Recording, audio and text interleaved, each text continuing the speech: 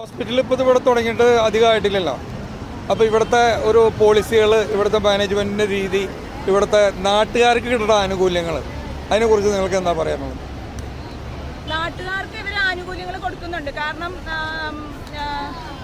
ഇവിടെയുള്ള ഈ കറുകുറ്റി പഞ്ചായത്തിലുള്ള ആൾക്കാർക്ക് ഇത്ര ശതമാനം ഡിസ്കൗണ്ട് അനുവദിച്ച് അവർ അഡ്മിറ്റ് ആവുന്ന സമയത്ത് അവർക്ക് ഡിസ്കൗണ്ട് അനുവദിച്ച് കൊടുക്കുന്നുണ്ട്. അത് എത്രയെന്ന് ഞങ്ങൾ നേഴ്സിംഗ് സ്റ്റാഫിന് ഞങ്ങൾക്കറിയില്ല. ഇവിടെ Apollo hospital step down I C എന്ന് പറയുന്ന സ്ഥലത്ത് വർക്ക് ചെയ്യുന്നത്. ഞാനിപ്പോൾ ഇവിടെ 4 വർഷം കഴിഞ്ഞ് വർക്ക് ചെയ്യാൻ തുടങ്ങിയിട്ട് ഞങ്ങളുടെ പഞ്ചിങ് സമയം എന്നുള്ളത് ഒരു ഫ്രെയിമിൽ സോറി ഞാൻ പറഞ്ഞതല്ല, നമ്മൾ എക്കോണമിക് ആണെങ്കിലേ നമ്മളൊരു സീരിയസ് ആയ കാര്യം ഡിസ്കസ് ചെയ്യാം. അതിൻ്റെ ഒരു ചെറിയൊരു കാര്യങ്ങളൊക്കെ നിങ്ങളും ഇത് ചെയ്യും, അല്ലാണ്ട് ജസ്റ്റ് എൻ്റെ ഒരു ബിന്ദു. ഇപ്പോൾ അപ്പോളോ അഡ്വൻസിൽ വർക്ക് ചെയ്യാൻ തുടങ്ങിയിട്ട് ഇപ്പോൾ 4 വർഷം കഴിഞ്ഞു. ഞങ്ങളുടെ ഇവിടുത്തെ സമരം ഇന്ന് 2ാമത്തെ ദിവസമാണ്. മാനേജ്മെൻറ്റ് ഇതുവരെയും ഞങ്ങൾക്ക് നല്ലൊരു മറുപടി തരാത്തത് കൊണ്ടാണ് ഞങ്ങൾ ഈ സമരം ഇങ്ങനെ നീണ്ടു പോകുന്നത്. ഞങ്ങളുടെ ഇവിടുത്തെ സാഹചര്യം എന്ന് പറഞ്ഞു കഴിഞ്ഞാൽ ഞങ്ങൾ കൃത്യം 7 മണിക്ക് പഞ്ച് ചെയ്യണം. പഞ്ച് ചെയ്യുന്ന സമയം എന്തായാലും കൃത്യമായിരിക്കണം. അത് 3 മിനിറ്റ് വൈകിയാൽ പോലും ഞങ്ങൾ മിസ്പഞ്ച് ആവുന്ന രീതിയിലാണ്. മിസ്പഞ്ച് പിന്നീട് ഞങ്ങൾക്ക് അപ്ലൈ ചെയ്യാനായിട്ട് പറ്റില്ല. പക്ഷേ ഞങ്ങൾ ഓരോരുത്തരും ഡ്യൂട്ടി ടൈം കഴിഞ്ഞ് ഇറങ്ങിപ്പോകുന്ന സമയം ഞങ്ങൾക്ക് ഓവർ ടൈം തരാനാണെങ്കിൽ ഇവർ 3 മണിക്കൂർ 4 മണിക്കൂറൊക്കെ ഓവർ ടൈം തരാനായിട്ടുണ്ട്. പക്ഷേ ഇവരത് ചെയ്യാറില്ല.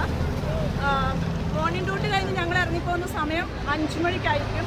ഈവനിങ് ഡ്യൂട്ടി കഴിഞ്ഞിട്ട് 10:30 11 മണി വരെ പല സ്റ്റാഫ് ഇവിടെ ഡ്യൂട്ടി ചെയ്യേണ്ട സാഹചര്യം ഞങ്ങൾക്ക് ഉണ്ടാകുന്നുണ്ട്. അങ്ങനെയാണ് ഞങ്ങളുടെ ഡ്യൂട്ടി ടൈം ഇവിടെ വരുന്നത്. പിന്നെ ഞങ്ങൾ ഇതിനകത്ത് ഞങ്ങൾക്ക് വർക്ക് ലോഡ് ഭയങ്കരമാണ്.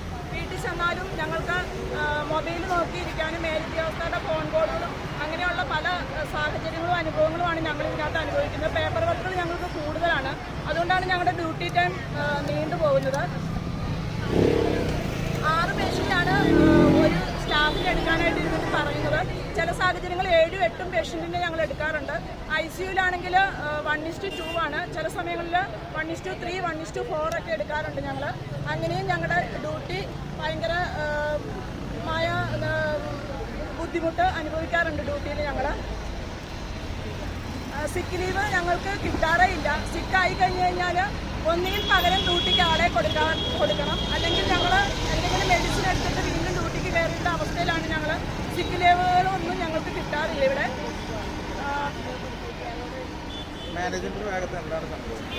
മാനേജ്മെന്റ് ഇന്നലെ ഞങ്ങൾക്കൊരു മീറ്റിംഗ് വിളിച്ചിരുന്നു. അവർ അതിനകത്ത് ഞങ്ങളെ പഠിക്കട്ടെ എന്നാണ് പറഞ്ഞത്. ഇപ്പോൾ ഞങ്ങളുടെ UN പ്രസിഡന്റും സെക്രട്ടറി അടങ്ങുന്നവർ മാനേജ്മെന്റുമായിട്ട് സംസാരിക്കാനായിട്ട് പോകുന്നുണ്ട്. എന്താണ് ഇനി ഉണ്ടാകുന്ന തീരുമാനമെന്ന് ഞങ്ങൾക്കറിയില്ല. ഞങ്ങളെ MLA-മാരും ജനപ്രതിനിധികളും ഒക്കെ കാണാൻ വരുന്നുണ്ട്. അവരൊക്കെ ഞങ്ങൾക്ക് ഫുൾ സപ്പോർട്ടായിട്ട് ഞങ്ങളുടെ ഈ സമരത്തിനൊപ്പം ഞങ്ങൾക്ക് നിൽക്കുന്നുണ്ട്. എന്നിട്ടും മാനേജ്മെന്റ് ഞങ്ങളോട് ഒരു കരുണ കാണിക്കുകയോ ഞങ്ങൾക്ക് കണ്ണു കുറയ്ക്കുകയോ ചെയ്യുന്നില്ല. ഞങ്ങൾ രാവിലെ തൊട്ട് ക്ഷീണിച്ച് ഈ സമയം വരെ 6 മണി 7 മണി വരെ ഇവിടെ സമരത്തിൽ തന്നെയാണ്. ഞങ്ങൾ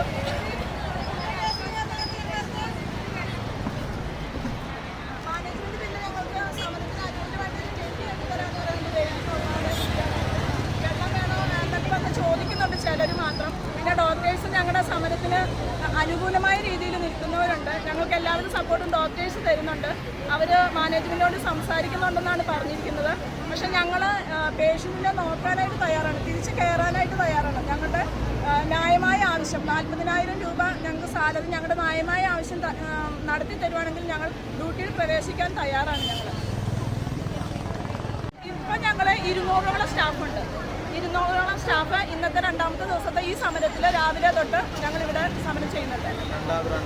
2ാം ദിവസം ഇന്നലെ 225, 230 സ്റ്റാഫുകൾ ഉണ്ടായിരുന്നു.